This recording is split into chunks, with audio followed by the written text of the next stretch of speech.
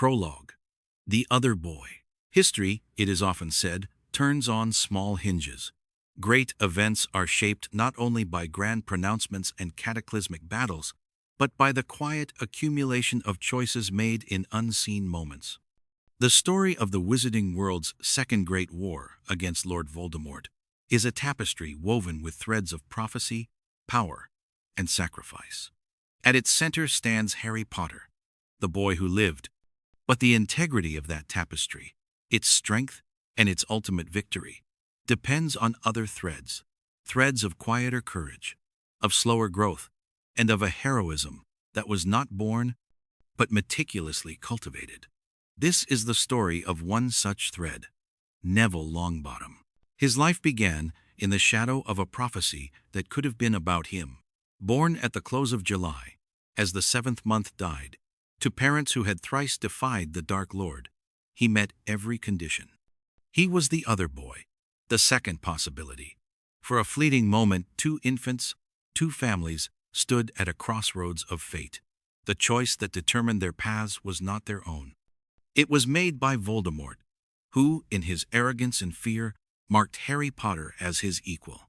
That single act of aggression set one boy on a course of legendary struggle and left the other to navigate a childhood defined by a different, more intimate kind of loss. But prophecy is not a destination. It is a starting point. While one boy's destiny was forged in a flash of green light and a scar shaped like lightning, the other's was a slow germination in the dark, rich soil of grief and expectation. His was not a story of explosive, innate talent, but of the painstaking effort to nurture what was there. It is a narrative of perseverance, of the courage to be ordinary in a world that demanded the extraordinary. It is the story of a boy who was not chosen by fate, but who, in the end, chose to be a hero. He learned that courage is not the absence of fear, but the act of standing, shaking, and doing what is right anyway. His journey reminds us that history is not only written by the lion-hearted, but also by the steadfast gardener, who, with patience and care, coaxes life from wounded earth. Chapter 1.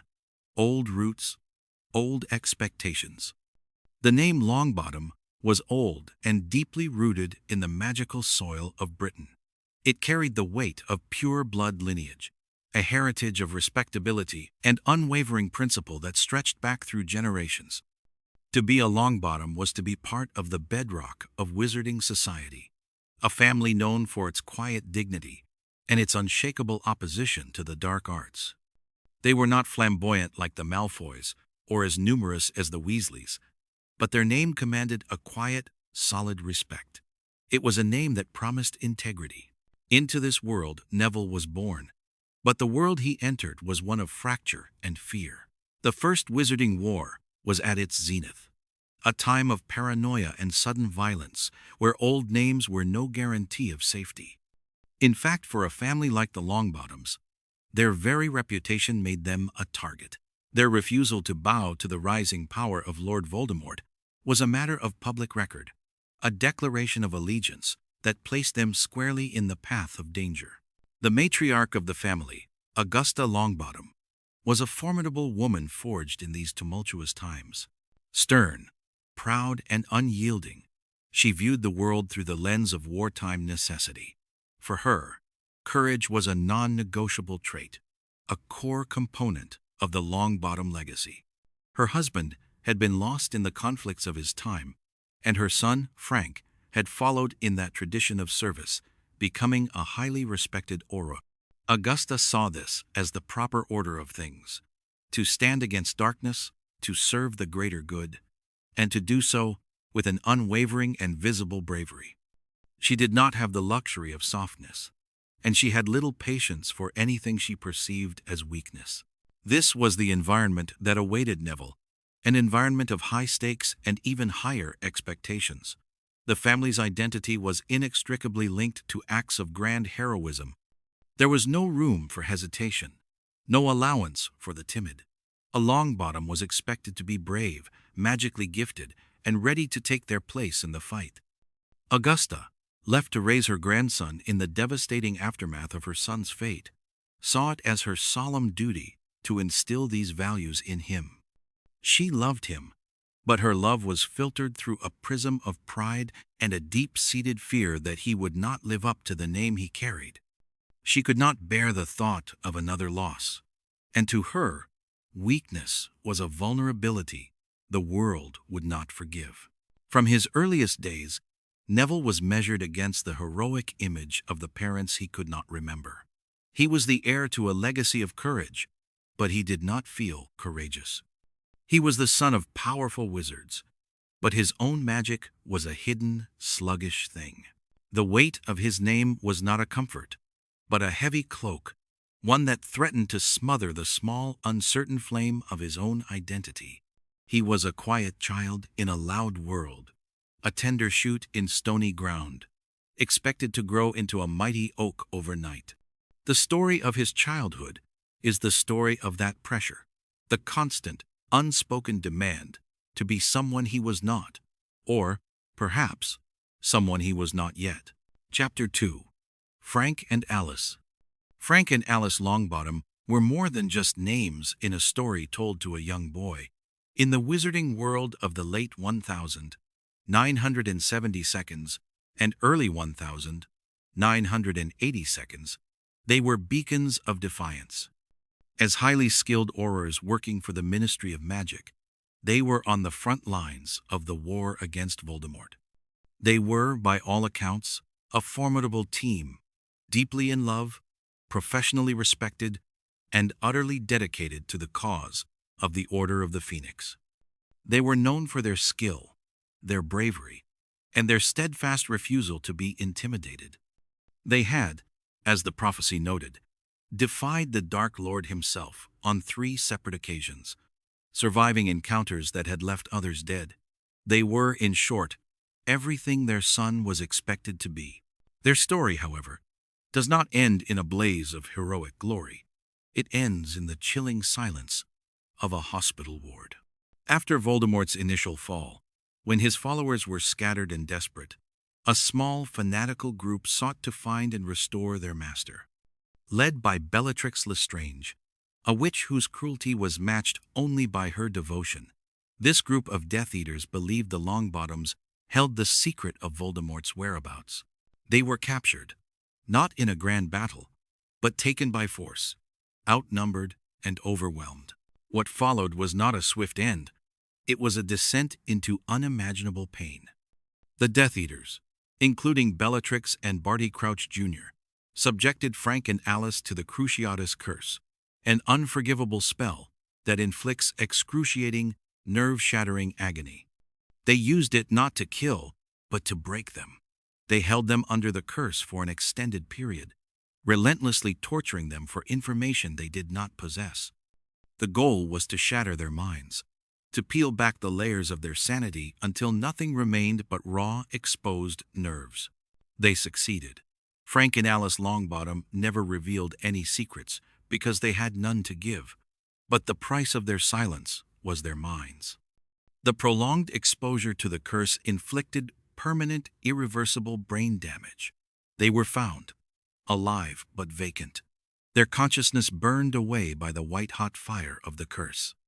Their identities, their memories, their love for each other and for their infant son, all of it was gone, leaving behind only the twitching, hollowed-out shells of the vibrant people they had once been. They were moved to the Janus Thicky ward at Street Mungo's Hospital for Magical Maladies and Injuries, a long-term care facility for those with spell-induced psychological trauma. There they would remain, a living testament to the war's most brutal costs.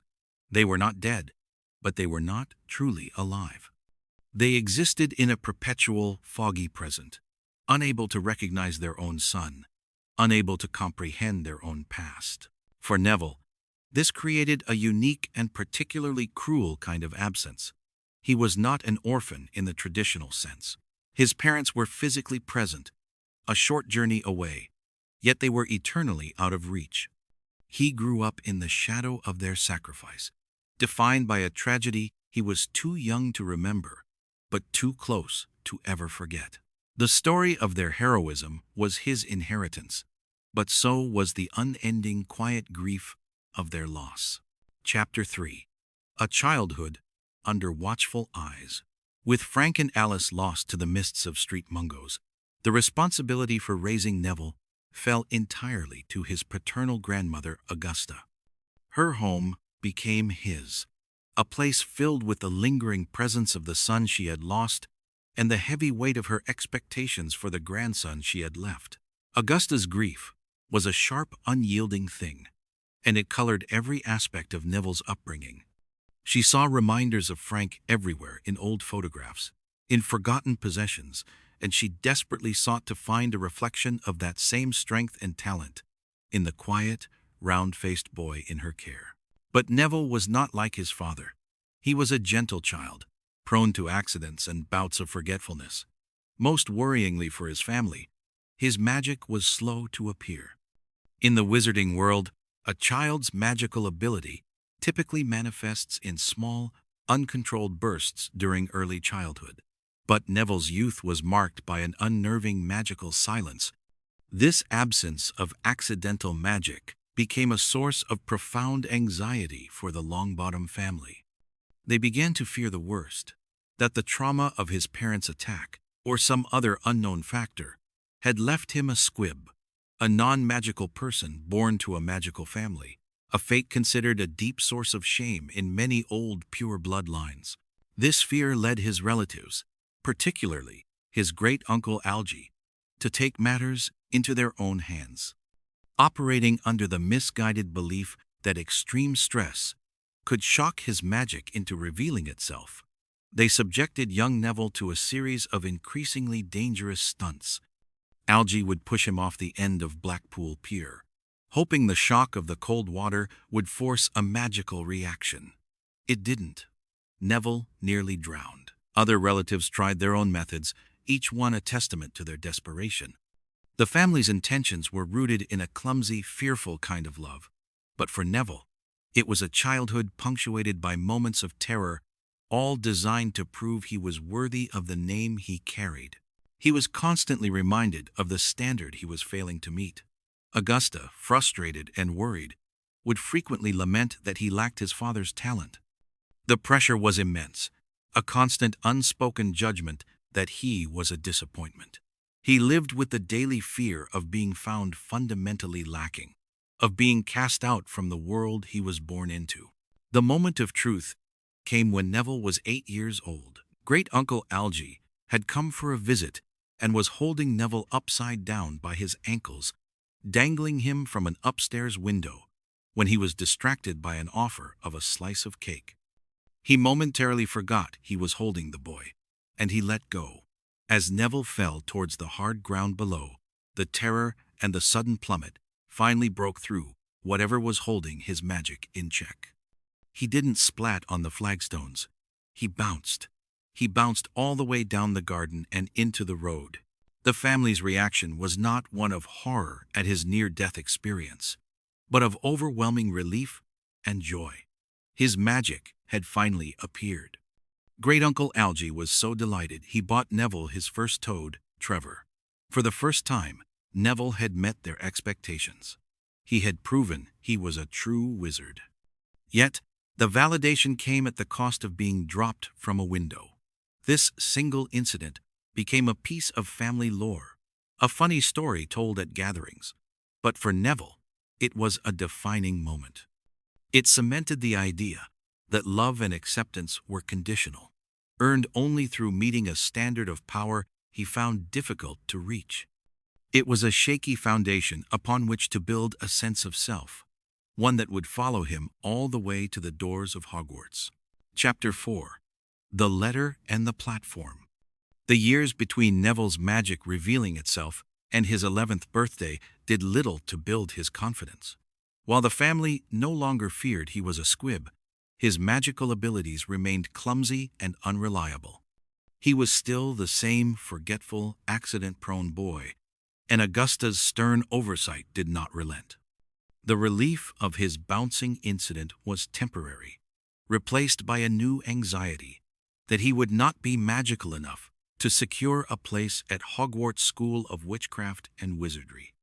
The arrival of the Hogwarts letter was a rite of passage, a formal acknowledgement of a child's place in the wizarding world. As his 11th birthday approached, the fear that his letter would not come grew into a palpable dread. When the crisp, parchment envelope finally arrived, addressed in emerald green ink, the sense of relief that washed over Neville was profound. It was more than just an invitation to school. It was a validation. It was proof that he belonged. He was not a disappointment, not a failure. He was a wizard, and he was going to Hogwarts, just like his parents. Augusta, too, was relieved, her pride in the Longbottom name momentarily satisfied. However, her parting gift to him was a source of mixed feelings. Instead of taking him to Ollivander's to have a wand choose him, she gave him his father's old wand. It was a gesture of honor and remembrance, but for Neville, it was yet another heavy legacy to carry. A hand-me-down wand would never give its full allegiance to a new owner, making the already challenging prospect of learning magic even more difficult. The journey to King's Cross Station and Platform 9 3/4 was a flurry of nervous energy. Dressed in his new Hogwarts robes, Neville clutched his toad, Trevor, tightly. Augusta's final instructions were a litany of expectations. Work hard, uphold the family name, and, above all, be sorted into Gryffindor, his parents' house. The pressure was on, and Neville felt every ounce of it. On the Hogwarts Express, his innate anxiety quickly came to the fore. Before the train had even fully departed, he had lost his toad. His frantic search led him to a compartment occupied by Harry Potter and Ron Weasley, and later he was accompanied by a bushy-haired, clever-looking girl named Hermione Granger. She took charge of the search with an impressive display of confidence, a stark contrast to Neville's own timid demeanor. He was immediately established as the boy who loses things, the one in need of assistance. His arrival at the castle was a blur of awe and trepidation. The Great Hall, with its enchanted ceiling and floating candles, was a breathtaking sight. But it was also the venue for his first great test, the sorting ceremony. As Professor McGonagall called his name, Neville's walk to the stool was unsteady. He was terrified of not being placed in Gryffindor, of disappointing his grandmother before he had even attended a single class. The sorting hat was placed on his head, and a silent, internal struggle began. The hat saw his potential for loyalty and bravery, but it also sensed his profound self-doubt. It took a considerable amount of time for the hat to make its decision, a period that felt like an eternity to Neville. When it finally shouted, "Gryffindor!" his relief was so great that he ran off towards the cheering table, still wearing the hat, having to jog back in embarrassment to return it. He had made it. He was a Gryffindor. But as he sat down, surrounded by new faces, the feeling of being an imposter, a boy sorted on potential rather than proof, lingered in the back of his mind. Chapter 5. First Year, Shaky Hands, Steady Heart.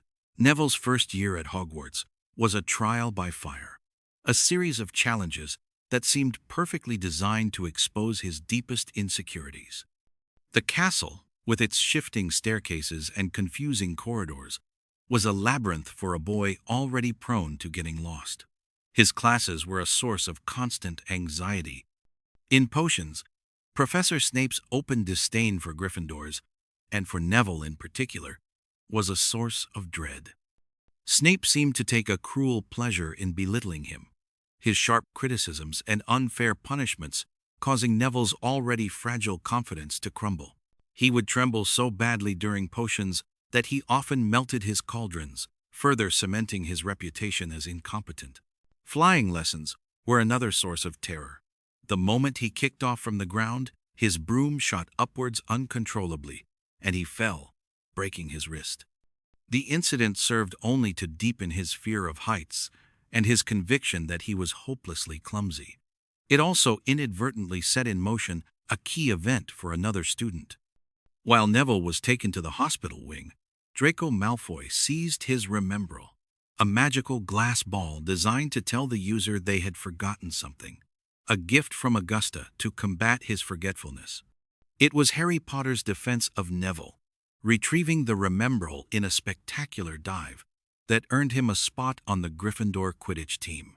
Neville, meanwhile, was left with a broken bone and the shame of having caused a commotion. He found some small comfort in herbology, where his gentle and patient nature proved to be an asset. In the greenhouses, under the kind tutelage of Professor Sprout, his touch seemed to coax life from even the most stubborn plants. It was the one place where he felt a glimmer of competence, a quiet corner of the magical world where he could succeed. But these small successes were often overshadowed by his struggles elsewhere. Throughout the year, he watched from the sidelines as Harry, Ron, and Hermione embarked on a series of secret, dangerous adventures related to the Philosopher's Stone. He was not part of their inner circle, a fact that reinforced his feelings of inadequacy. He was the boy they had to help, not the one who could help them. Yet, at the very end of the year, Neville performed an act of courage that no one, least of all himself, expected. Hearing the trio planning to sneak out of the common room one last time, in a desperate attempt to stop Snape from stealing the stone, Neville decided he had to intervene. He remembered Albus Dumbledore's words about standing up for the school, and he knew their actions could lose Gryffindor even more house points, undoing the small gains they had made. Shaking with fear, he stood before them, blocking their path. He told them he wouldn't let them go, that he would fight them if he had to. He was terrified of them, his only real friends, but he was more terrified of letting his house down. His stand was brief. Hermione, regretfully, immobilized him with a full bodybind curse. But the act itself was monumental. For the first time, he had chosen to confront someone, not out of anger, but out of principle. At the end of year feast, Dumbledore acknowledged this singular act of bravery. He awarded Neville 10 points, stating that it takes a great deal of bravery to stand up to our enemies, but a great deal more to stand up to our friends.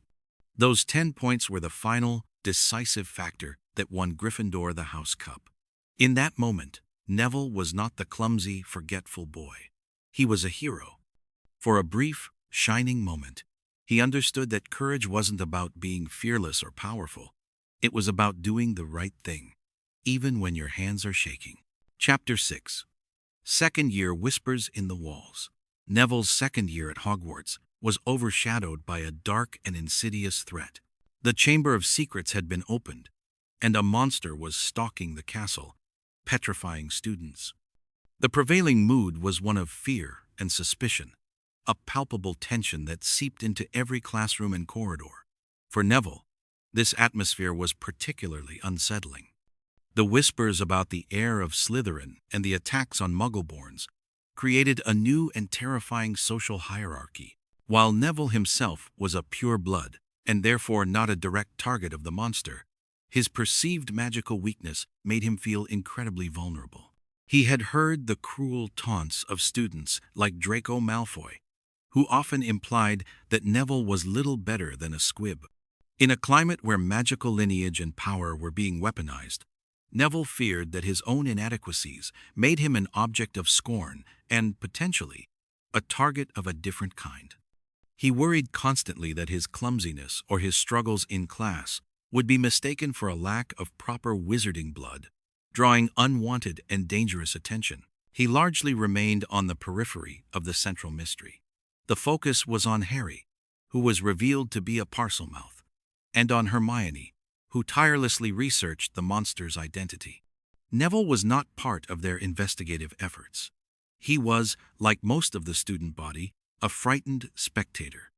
He clutched his mandrake tighter in herbology class, knowing it was the key to reviving the petrified victims, and found a small measure of purpose in tending to the restorative plants.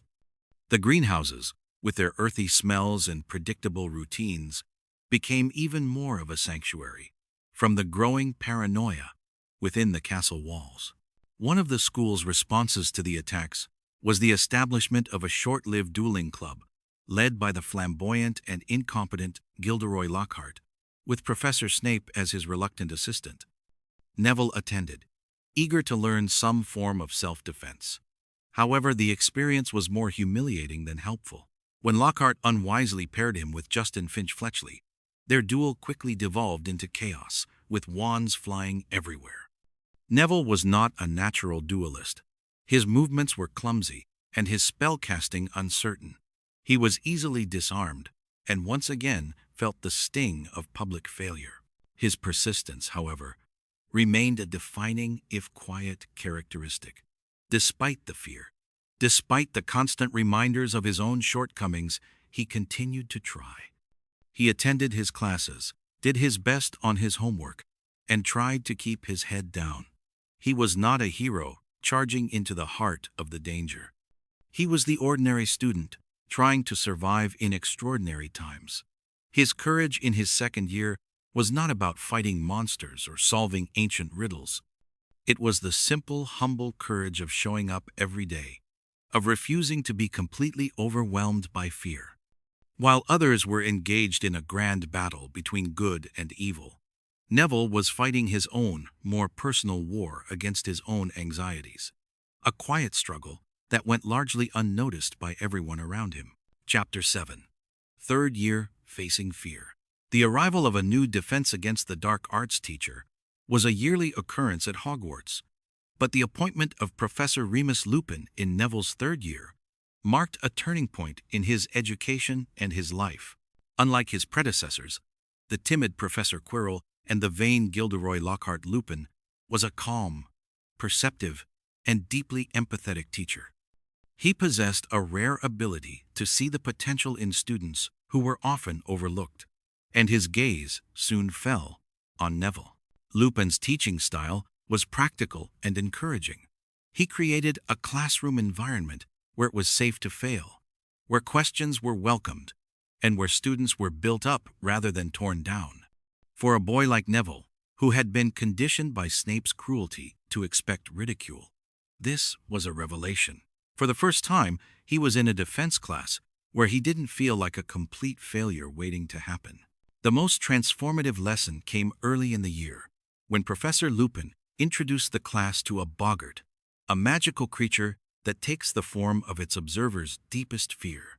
One by one, the students faced their personal terrors, spiders, snakes, mummies, and, with Lupin's guidance, used the charm ridiculous to transform them into something comical, robbing them of their power. When it was Neville's turn, the entire class held its breath.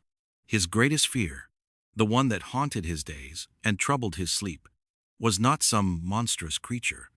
As the boggart emerged from its wardrobe, it morphed into the menacing, hook-nosed figure of Professor Snape. The admission was a quiet tragedy, a testament to the profound psychological damage inflicted by a teacher's relentless bullying. Neville's greatest terror was a member of the Hogwarts faculty. Professor Lupin, however, did not react with surprise or judgment. He had already spoken with Neville, anticipating this very outcome. He had a plan. He calmly instructed Neville to picture his grandmother, Augusta, and specifically, to recall the clothes she typically wore. He then told him to cast the charm, picturing Snape dressed in Augusta's signature green dress, red handbag, and a towering hat topped with a stuffed vulture. Neville, his wand trembling, stepped forward. The boggart Snape advanced on him, its expression a mask of cold fury. With a surge of desperation, Neville pointed his wand and yelled the incantation. In an instant, the terrifying potions master was ludicrously attired in his grandmother's clothes. The sight was so absurd that the entire class, and even Neville himself, burst into laughter. The oppressive fear that Snape commanded was shattered, replaced by derisive giggles. This moment was more than just a successful spell. It was a profound act of empowerment. Lupin had not just taught Neville a charm, he had given him a strategy for confronting his fears. He showed him that fear could be managed, that bullies could be diminished, and that he, Neville Longbottom, possessed the power to do it. He had taken the two most intimidating figures in Neville's life, Snape and his formidable grandmother, and used one to neutralize the other. For the first time, Neville experienced a public, resounding success in a subject that had always terrified him. He left the classroom that day standing a little taller, armed with the knowledge that the first step to overcoming fear was learning how to face it and perhaps even how to laugh at it. Chapter 8. Fourth Year Roots and Revels. Neville's fourth year was marked by the grand spectacle of the Triwizard Tournament. While the school's attention was captured by the daring exploits of the champions and the impending threat of Lord Voldemort's return, Neville continued his slow, steady journey of personal growth, largely away from the spotlight.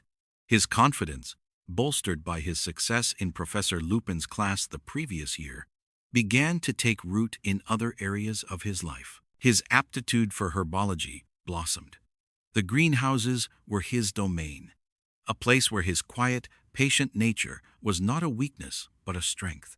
He possessed an almost intuitive understanding of magical plants, his knowledge of their properties and needs becoming impressively encyclopedic. While other students struggled with the more temperamental flora, Neville's touch was consistently effective. Professor Sprout praised his work openly, and for the first time, he began to earn genuine respect from his peers for his expertise in a specific subject. This growing mastery gave him a much-needed anchor of self-worth. The year also brought new social challenges, most notably the Yule Ball, a formal dance held as part of the tournament festivities. The prospect of having to ask someone to be his partner was a daunting one for the still shy Neville. He initially worked up the courage to ask Hermione Granger, but she was already attending with Victor Crumb. Rather than retreating into his shell, however, Neville took another step forward.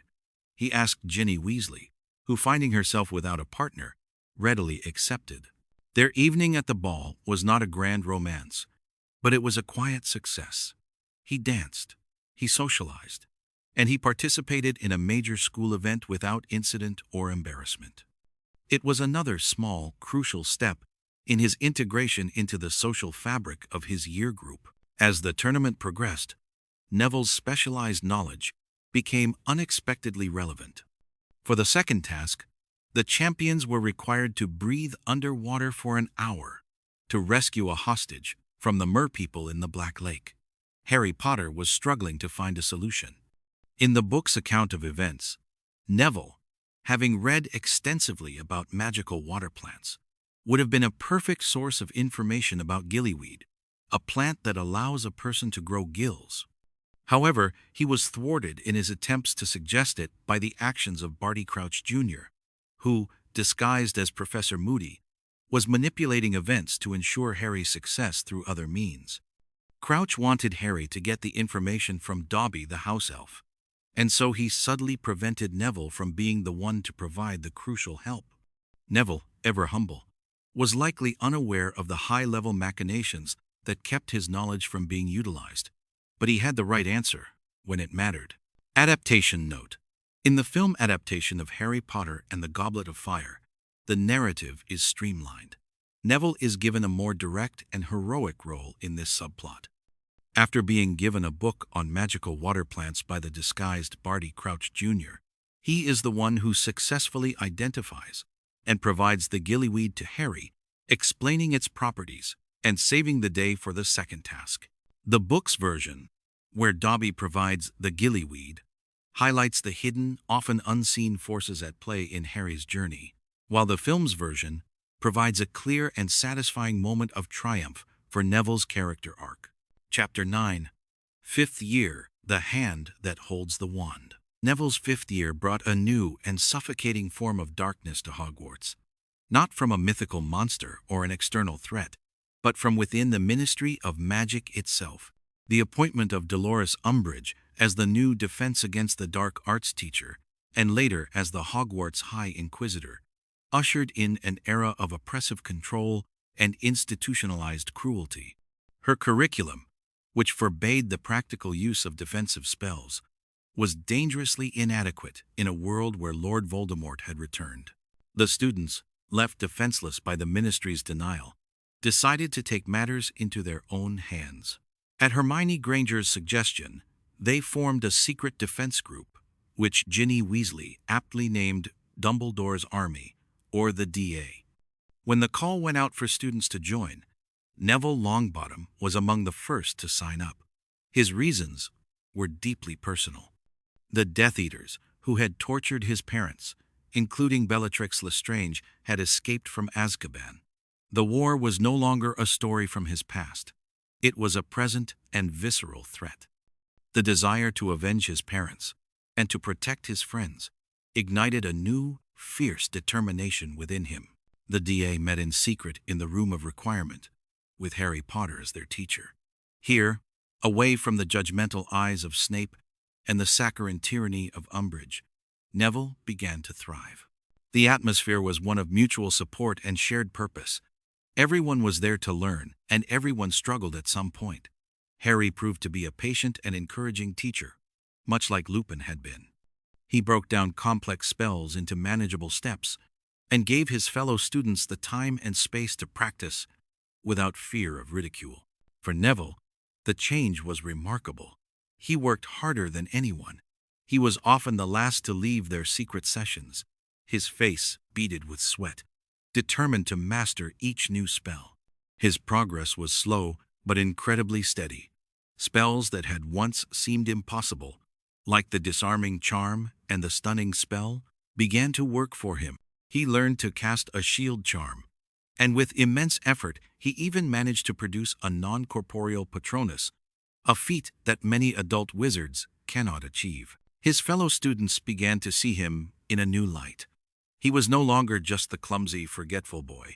He was a dedicated, resilient, and surprisingly tough member of their resistance. He helped others when they struggled, his own long journey with failure having made him empathetic and patient. He was not the most powerful member of the DA, but he was its heart, a living example of how determination could triumph over a lack of natural talent. The hand that held his wand, once shaky and uncertain, was becoming steady. The power he was learning to wield came not from a place of arrogance, but from a deep well of conviction.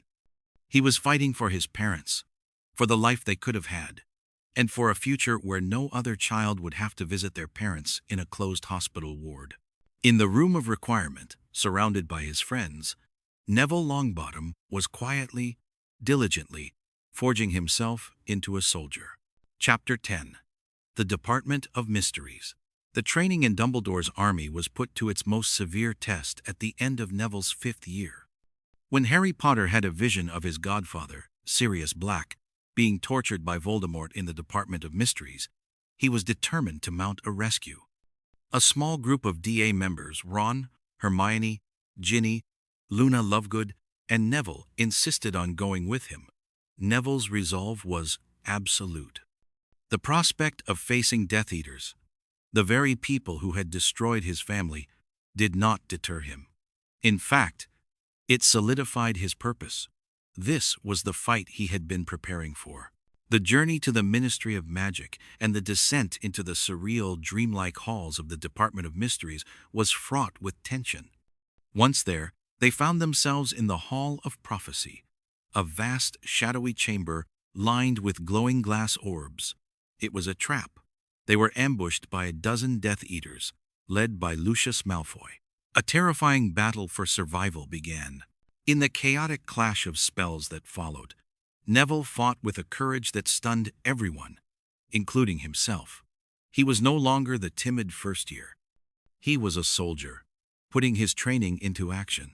He disarmed one Death Eater and stood shoulder to shoulder with his friends, casting shield charms and stunning spells.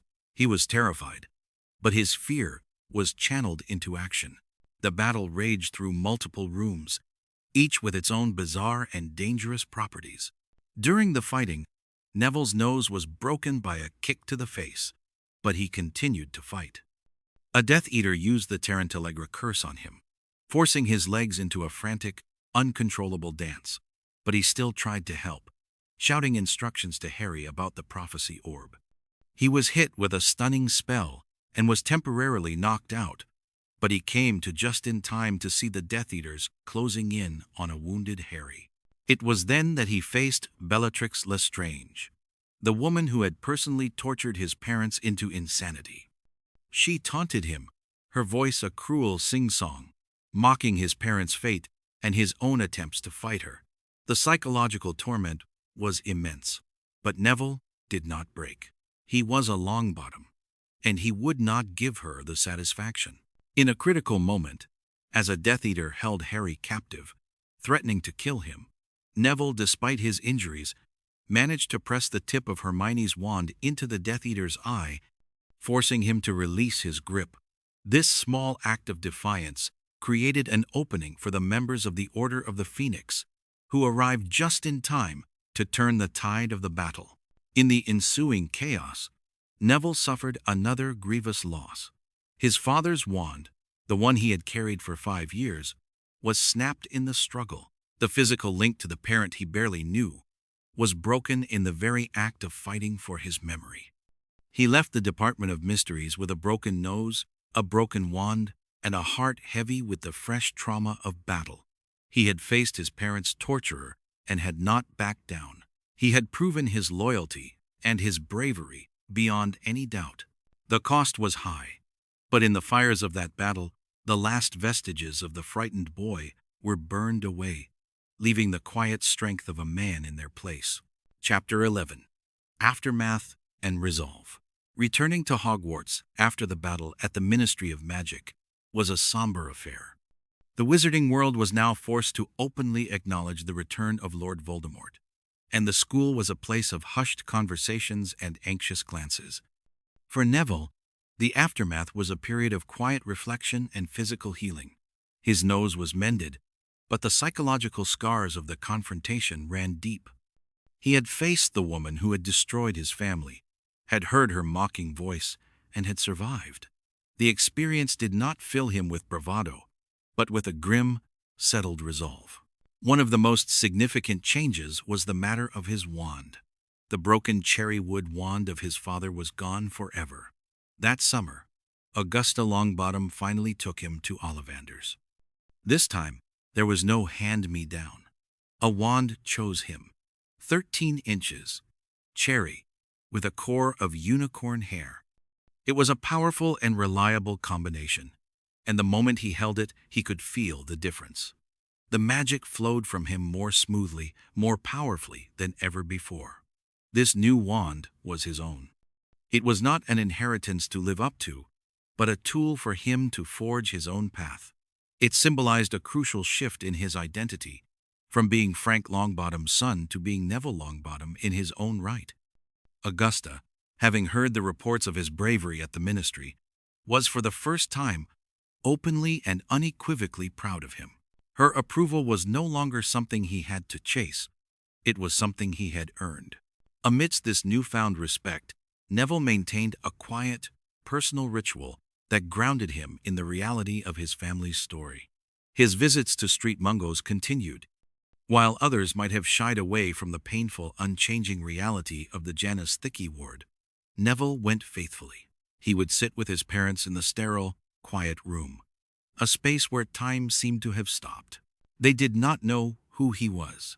Frank would sometimes wander off, and Alice, with her lost, childlike eyes, would stare vacantly into the middle distance. There was no conversation, no recognition. But there was a connection, however fragile. Alice had developed the habit of collecting sweet wrappers, particularly those from Drubel's best blowing gum. She would press them into her son's hand as he prepared to leave, a small, inscrutable gesture. Many might have seen these wrappers as meaningless trinkets, the random fiddlings of a broken mind. But for Neville, they were treasures. He saved every single one. One can imagine him carefully smoothing out the crinkled foil. Each wrapper, a silent, heartbreaking message from a mother he would never truly know. They were not a sign of recovery, but they were a sign of contact. It was her way of saying, "I see you. You are here." In a world of loud, clashing spells and epic battles, these small, crinkling pieces of foil were a reminder of the quiet, enduring love that fueled his fight. They were the reason he had gone to the ministry, the reason he would continue to stand against the darkness. The gum wrappers were a tangible link to the very people he fought to honor, a quiet symbol of the immense, Personal Cost of the War. Chapter 12. Sixth Year, A Plant Grows Toward Light. Neville entered his sixth year with a newfound sense of purpose and a quiet, unshakable confidence. The results of his ordinary wizarding level exams, or OWLS, had solidified his academic path. He had achieved an outstanding in herbology, as expected, and had also done exceedingly well in defense against the dark arts and charms. To his own surprise and his grandmother's immense delight, he had earned and exceeds expectations in transfiguration. He had, however, failed potions, a result that brought him a private sense of relief. He would never again have to endure a class with Professor Snape. His academic focus narrowed, allowing him to flourish in the subjects where he was truly gifted. In Professor Slughorn's NEWT level potions class, which Harry and Ron managed to join, Neville was not present, a fact that underscored his new, more personalized journey. He was no longer trying to keep up with his friends in every subject. He was cultivating his own strengths. In Professor Sprout's advanced herbology classes, he was a star pupil, his knowledge and skill now rivaling that of any student in the school's recent history. Dumbledore's army did not formally reconvene, as they now had a competent defense against the dark arts teacher in Snape, who, despite his personality, was highly skilled. However, the bonds forged in the Room of Requirement remained strong. The core members were a tight-knit group, united by the shared experience of the battle at the Ministry. When Harry, now Gryffindor Quidditch captain, needed new players, Neville did not try out. He knew his limitations. His role was not on the Quidditch pitch, but in the greenhouses and, when needed, in the corridors of the castle. That need arose dramatically at the end of the year, when Draco Malfoy succeeded in smuggling Death Eaters into Hogwarts through a vanishing cabinet. The castle once again became a battlefield.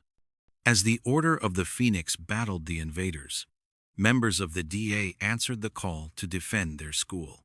Neville, along with Ron, Hermione, Ginny, and Luna, responded immediately.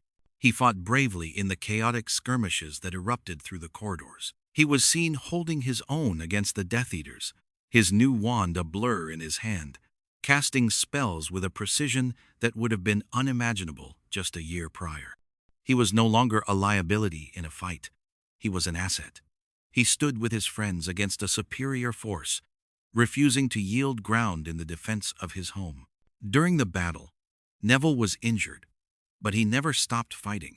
His courage and loyalty were on full display. He, along with the other DA members, managed to hold off the Death Eaters until Snape ultimately ended the conflict by killing Dumbledore. The headmaster's death was a devastating blow to the school and to the entire anti-Voldemort movement.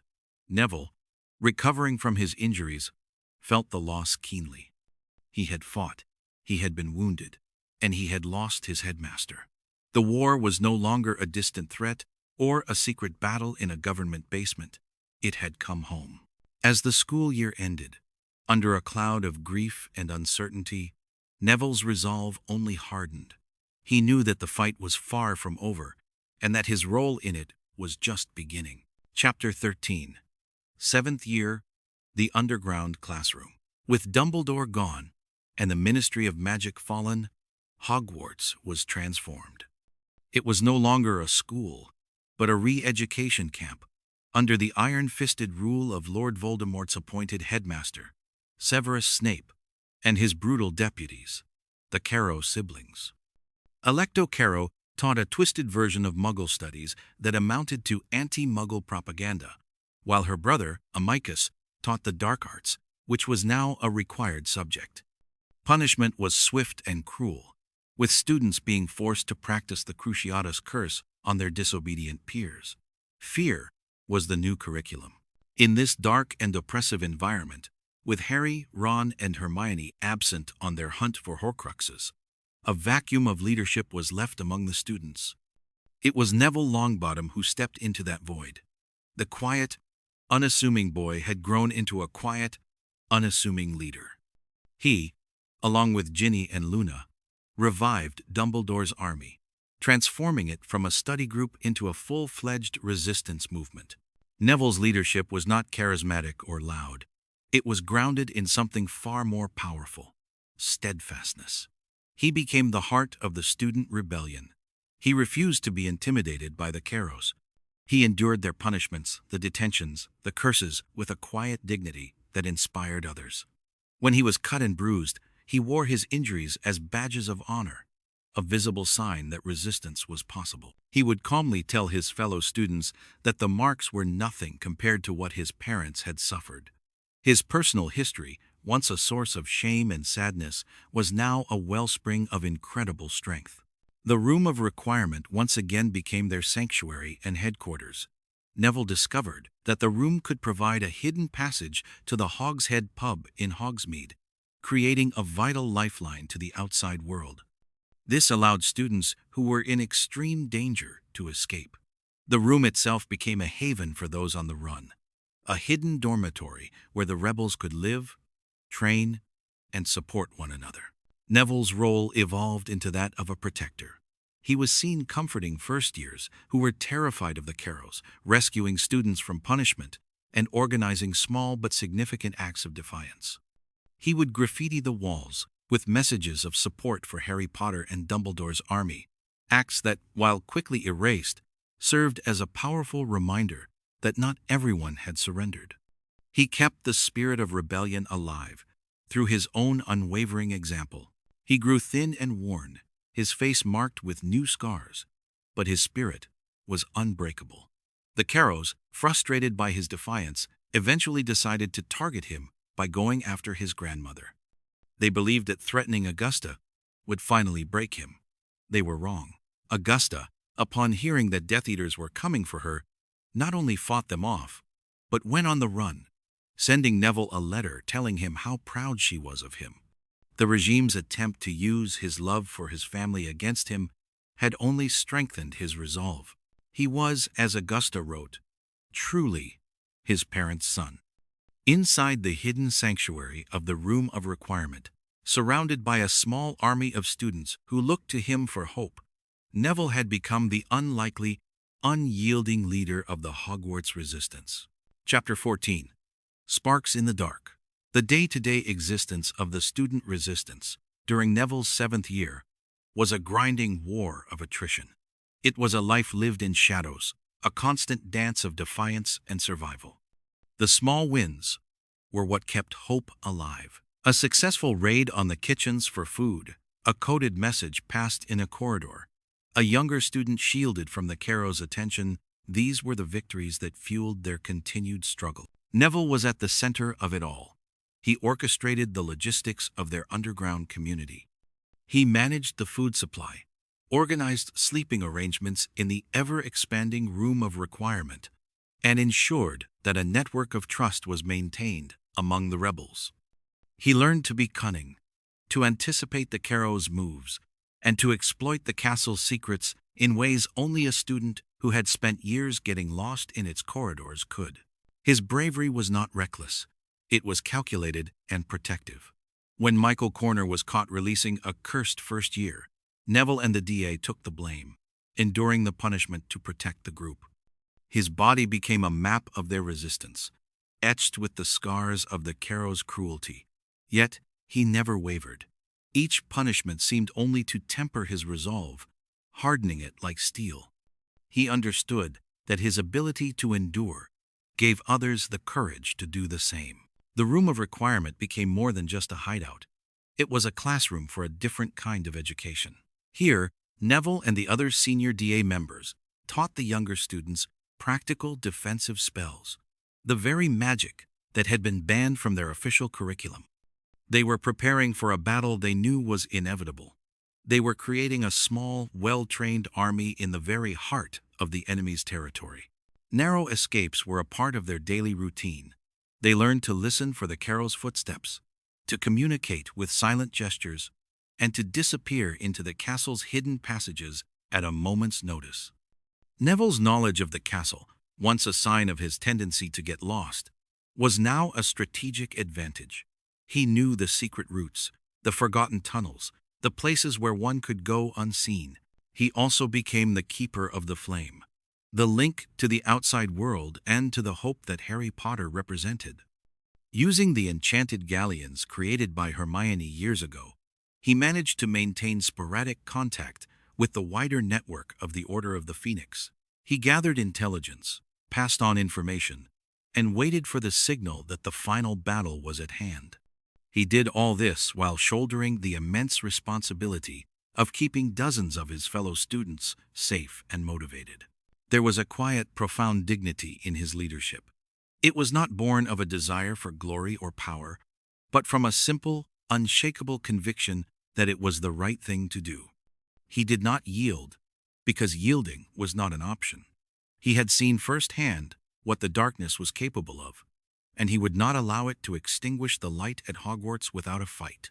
In the long, dark months of that final year, Neville Longbottom, through small, consistent acts of courage, ensured that when the final battle came, there would still be an army ready to fight it. Chapter 15. The Castle Wakes. The arrival of Harry, Ron, and Hermione at Hogwarts through the secret passage from the Hog's Head was the spark that ignited the final confrontation. When Neville emerged from the tunnel to greet them, he was a changed man. Scratched, bruised, and battle-hardened, he was the embodiment of the school's resistance. His joyous, disbelieving cry upon seeing Harry echoed through the room of requirement, and the hidden community of Revels erupted in a roar of hope. The time for hiding was over. The time for fighting had come. Neville immediately took on a command role, his actions born of months of practical leadership. He was the one who explained the situation within the castle, the one who rallied the students, and the one who sent the signal to the wider resistance. Using the enchanted coins, he summoned the remaining members of Dumbledore's army and, through them, the Order of the Phoenix. He was instrumental in transforming the school from a prison into a fortress. As allies began to pour into the room of requirement, members of the Order, former students, friends, Neville worked alongside the established leaders like Professor McGonagall and Kingsley Shacklebolt. He directed students, his knowledge of the castle's secret passages, now a crucial asset for troop movement and evacuation. He helped organize the defense of the castle, taking charge of a group of students and assigning them to strategic points. His leadership was grounded in care. He was seen making sure the younger students were evacuated safely, his first priority being the protection of the vulnerable. He then turned his attention to the battle itself. He understood what needed to be done, and his herbology expertise became a surprising weapon. Alongside Professor Sprout, he was instrumental in weaponizing the castle's magical plants, setting up Devil's Snare and Venomous Tentaculas as living defenses against the invading army of Death Eaters and dark creatures. When the Battle of Hogwarts began, with the castle shuddering under the force of Voldemort's assault, Neville was on the front lines. He was no longer the boy who was afraid of his own shadow. He was a commander, shouting encouragement to his fellow students, his wand moving with a newfound confidence. He fought not with recklessness, but with a focused determination. He was seen dueling Death Eaters in the castle grounds, helping to defend the ramparts, and searching for friends amidst the chaos and destruction. He was in the thick of the fighting, a steady presence in the swirling vortex of the battle. He was fighting for his school, for his friends, and for the memory of his parents. His journey had led him to this moment, to this ultimate test of everything he had learned and everything he had become. The castle had woken from its long nightmare, and Neville Longbottom was one of its most valiant defenders. Chapter 16. Sword and Serpent.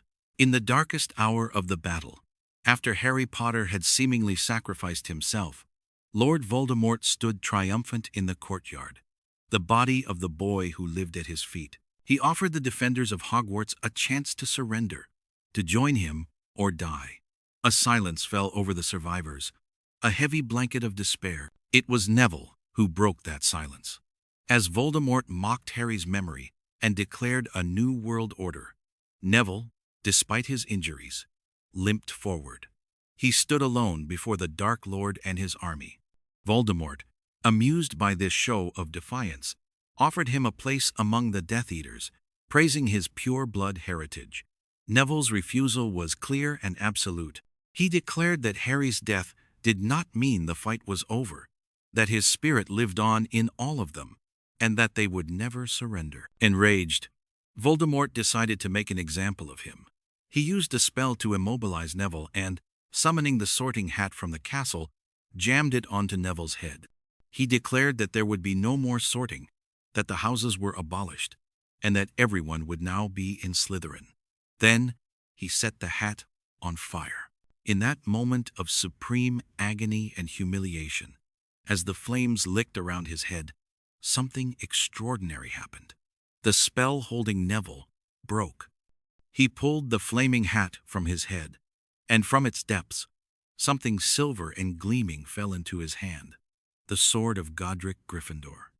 The sword would only present itself to a true Gryffindor, and in this ultimate test of courage, Neville had proven his worth beyond any doubt. At that same moment, the chaos of battle resumed.